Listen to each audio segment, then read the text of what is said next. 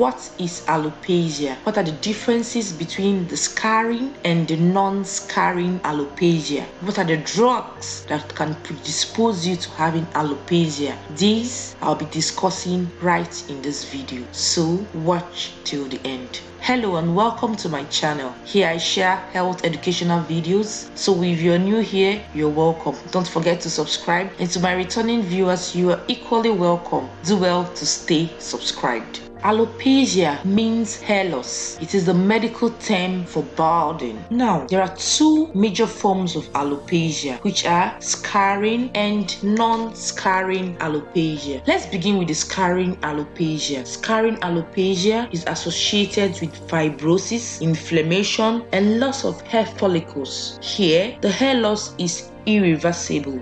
You find a smooth scalp with a decreased number of follicular openings, which is usually observed clinically, but in some patients, the changes are only seen in biopsy specimens from affected areas. So tissues are taken from the affected areas and sent for studies. What are the causes of scarring alopecia? Scarring alopecia is more frequently the result of a primary cutaneous disorder such as lichen planus, chronic cutaneous lupus, central centrifugal cicatricial alopecia, or from follicularis decavans. Scarring alopecia could also occur in linear scleroderma, or less commonly with sarcoidosis. For the non-scarring alopecia, the hair shafts are absent or very minimal, but the hair follicles are preserved, and this explains the reversibility in non-scarring alopecia. Common causes of non-scarring alopecia include androgenic alopecia, telogium effluvium, alopecia areata, tinea capitis, traction alopecia, and the early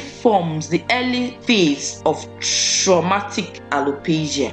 Now, how to distinguish between the scarring and the non-scarring alopecia? First of all, by complete examination of the skin and oral mucosa. Scalp biopsy can be done and sent for analysis, direct immunofluorescence microscopy, and blood screening for autoimmune antibodies if an autoimmune disorder is suspected. Drugs that can cause alopecia: warfarin, heparin, propyltyrosine, carbimazole, isotretinoin, lithium, beta blockers, interferon, colchicine, and vitamin. Now, what are treatment options available? Treatment depends on the cause of the hair loss, and outcome of treatment will vary from person to person. In some people, there is spontaneous regrowth of the lost hair. Secondly, minoxidil is an option that can be rubbed into the scalp to stimulate hair growth. Steroid injections are also available. Photochemical therapy is as well an option for alopecia. The use of sunscreens have also been advised.